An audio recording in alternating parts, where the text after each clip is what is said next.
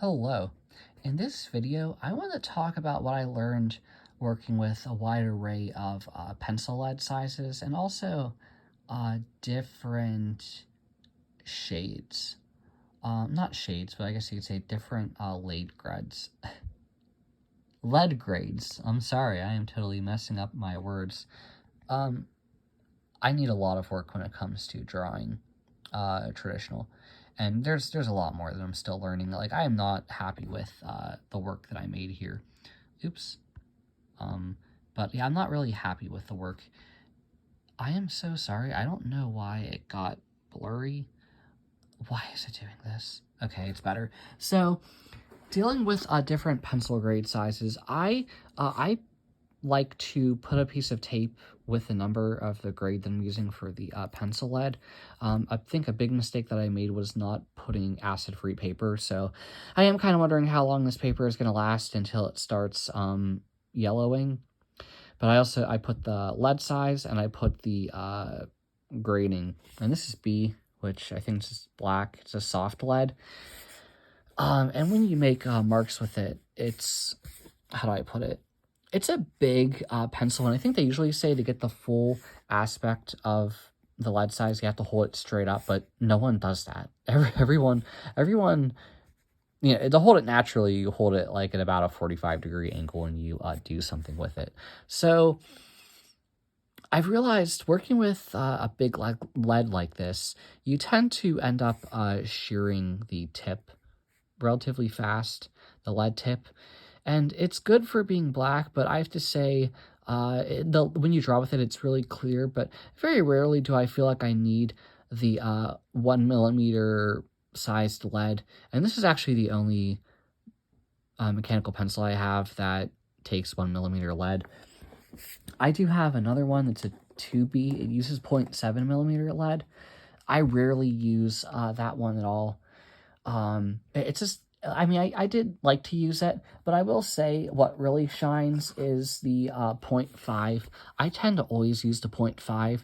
The reason is it's easy enough for me to use it to draw with my arm, and I could also use my wrist when I need to do the detail work. And I have a bunch of different 0.5s with various lead grade sizes, and I've realized that sometimes when you're working with pencil lead like this, if you need to blend or like transition from one color lead to another, a lot of it depends on like how hard you press down. So like I press down kind of hard with that, but let's say I go lightly, you get a very different lead tone. Like this is all from the same B grade lead from a 0.5mm.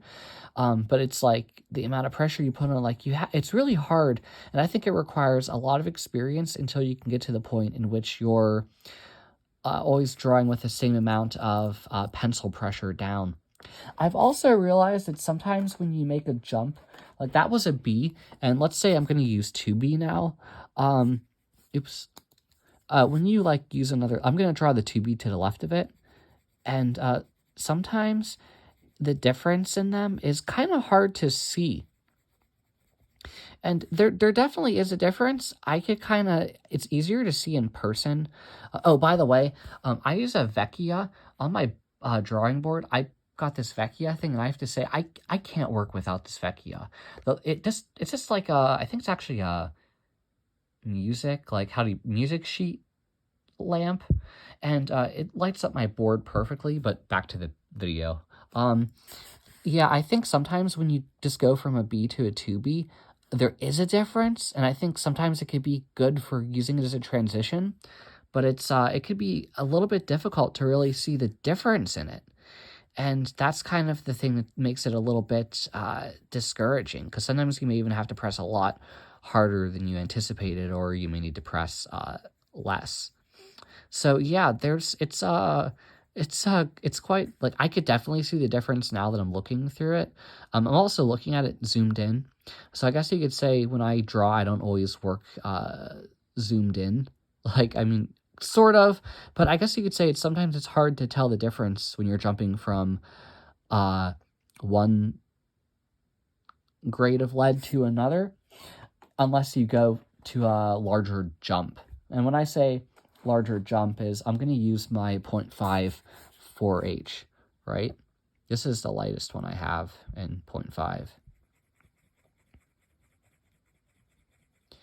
And you can see how light, like the whiteness of this lead compared to all the others. And the other thing is, I think I've always felt like when I'm drawing with a 4H or any of the H grade leads, for some reason, I don't know, it feels really weird. I don't know why. I think it's because it's a hard lead, and I want to say that like any of the B grade leads are softer, so they come off easier and they give a darker color. But when it comes to the H grade leads, they're stronger, but they're a lot lighter. And yeah, I don't know. It's kind of weird that I don't like the feel of it.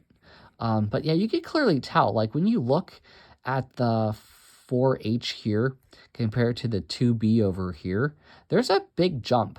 So like if you're just working with these two leads, you can see the jump a lot more easier, and you could see how like these leads could be used for a transitionary boundary. So I touched upon the 1mm, the 7mm, the 0.5mm, but the other one I didn't talk about was the smaller sized millimeter ones that I use. I think the smallest I do have, so let me pull it out.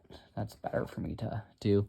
I have a 0.3. I believe it's technically actually a 0.35 one, and it's for doing lines that are a lot finer. The lines could be a lot smaller compared to the other ones, but I've always sometimes I'll use the 0.3s for shading, even though I need a lot more work and practice with it. But I've realized that sometimes the 0.5mm are a bit too big for the shading job that I'm trying to do. So I'll end up using my 0.3s a lot more for shading. And that seems to be the area where the smaller ones really shine. I mean, I guess those and, say, like, plant hair. I will touch upon the my Pentel, the 0.2mm ones, and these ones the lines are incredibly small. They're much smaller than the 0.35, but yeah, the 0.2 are pretty cool, and therefore incredibly fine lines. So I rarely use the 0.2s. I have to say, probably it's because I've been able to use the 0.35s for plant hair when I have needed to use them for that. So I guess you could say maybe that's why my 0.2mm haven't been used so much. But I also lack a lot of experience, as you can tell.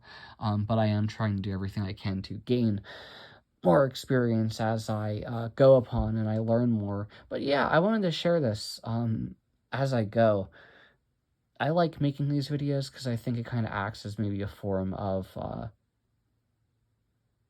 I don't know, maybe like experience and struggles that I had. I mean, you're always going to have experiences and struggles, but with most of my work, I don't keep it, and I just end up shredding it, because if I kept everything I had, I already don't have room now, but I would just be hoarding, so it's greater I have it as a bit of a digital sense. This is just from an exercise in the book. I did not draw this from an actual flower thing. I do plan to do more of that in the future, but this is just from a book that I'm following. But yeah, thank you very much for listening. I hope this video gives a little bit of insight into my process and things that I've learned along the way. I have a lot more to learn, as is evident. But yeah, thank you very much for listening. If you like my channel, please subscribe. If you like my video, please like it. And if you have a question, please ask in the comments below. Thank you very much for listening. I do appreciate it. Bye.